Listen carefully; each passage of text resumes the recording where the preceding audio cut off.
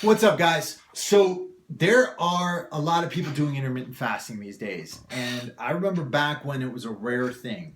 And to be honest with you, when I first tried intermittent fasting a few years ago, I was extremely skeptical about it. I think I even did a video where I was skeptical about intermittent fasting.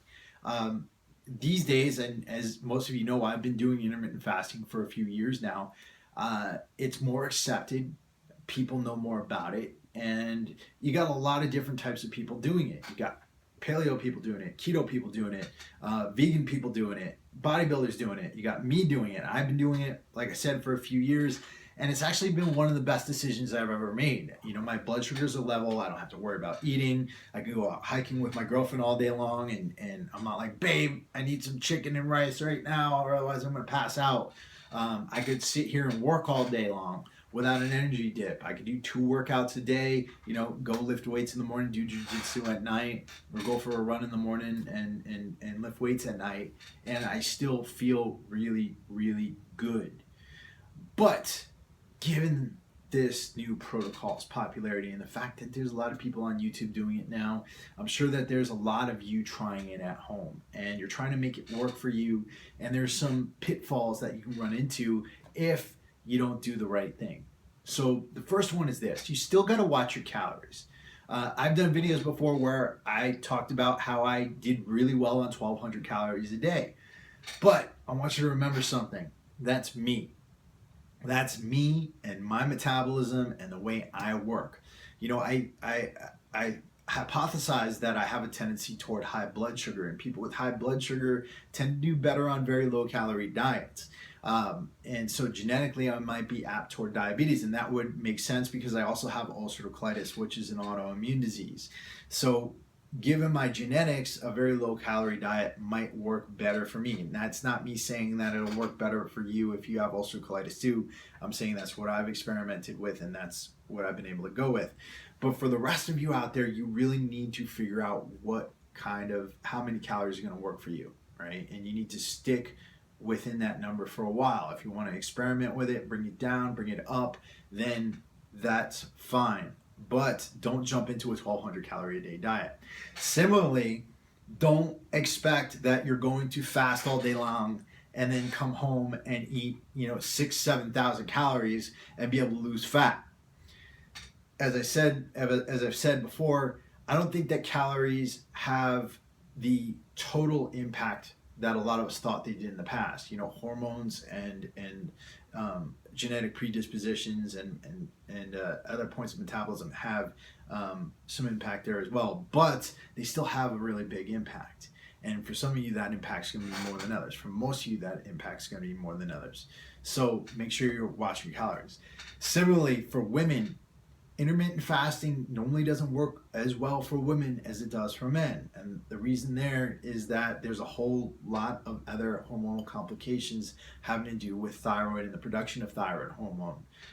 Women's thyroids are much more likely to shut down with an absence of calories and with an absence of different types of nutrients. So you really want to be careful with this if you're a woman. If you want to experiment with it.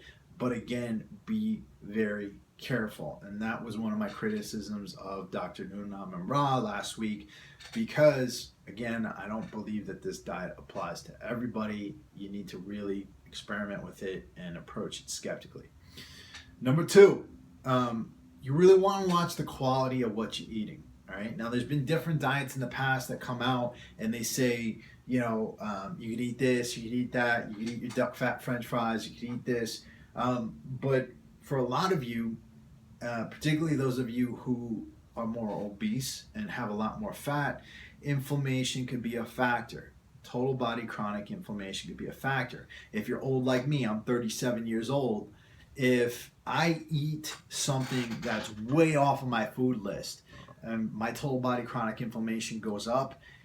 One, I have to worry about ulcerative colitis flare up, but two, achy joints, my knees start killing me. I'm more worried about injury. This is when I'm more likely to tear a muscle. This is where I'm more likely to sprain my ankle on a run. I was in Brazil a couple of weeks ago when I was running down Copacabana Beach. I'd been eating nothing but pastels and desserts and all kinds of pineapple juice and all kinds of awesome Brazilian goodies. But the one run I did down there on Copacabana Beach, I get 1,000 meters into it and I roll my ankle worse than I ever have in my life. And it's not that the roll was so bad, it's that the inflammation afterward was horrible because of my diet.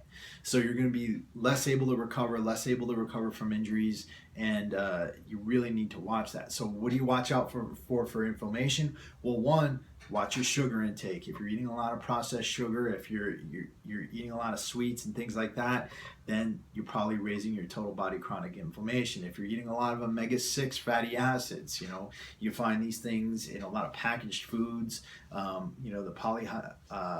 the hydrogenated fats and things like that, then and the fats from vegetable oils, then these are more likely to raise your inflammation. Omega-6 raises inflammation, omega-3 decreases inflammation.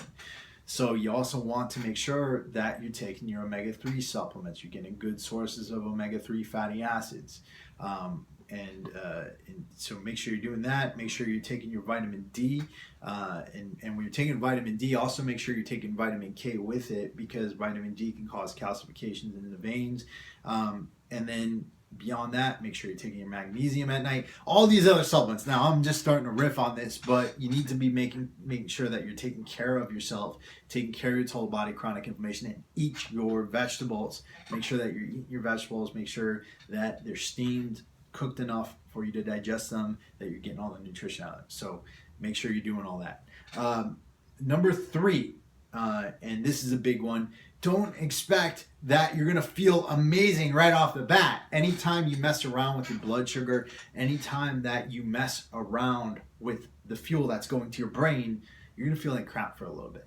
And so if you start intermittent fasting and you go to the gym the next day and you haven't eaten, and you've been eating nothing but 6 to 7 meals a day for the last few years, and you haven't gone to the gym without eating for the last few years, don't expect to have the best workout of your life. It's going to take a few weeks to adapt to it. Your body needs to adapt to its fuel source. All right, so that's just a quick riff on intermittent fasting. I hope you found it helpful. If you've got questions for me, because like I said, and as you can see from this video, I go off on tangents. I start talking about things and I start talking about other things.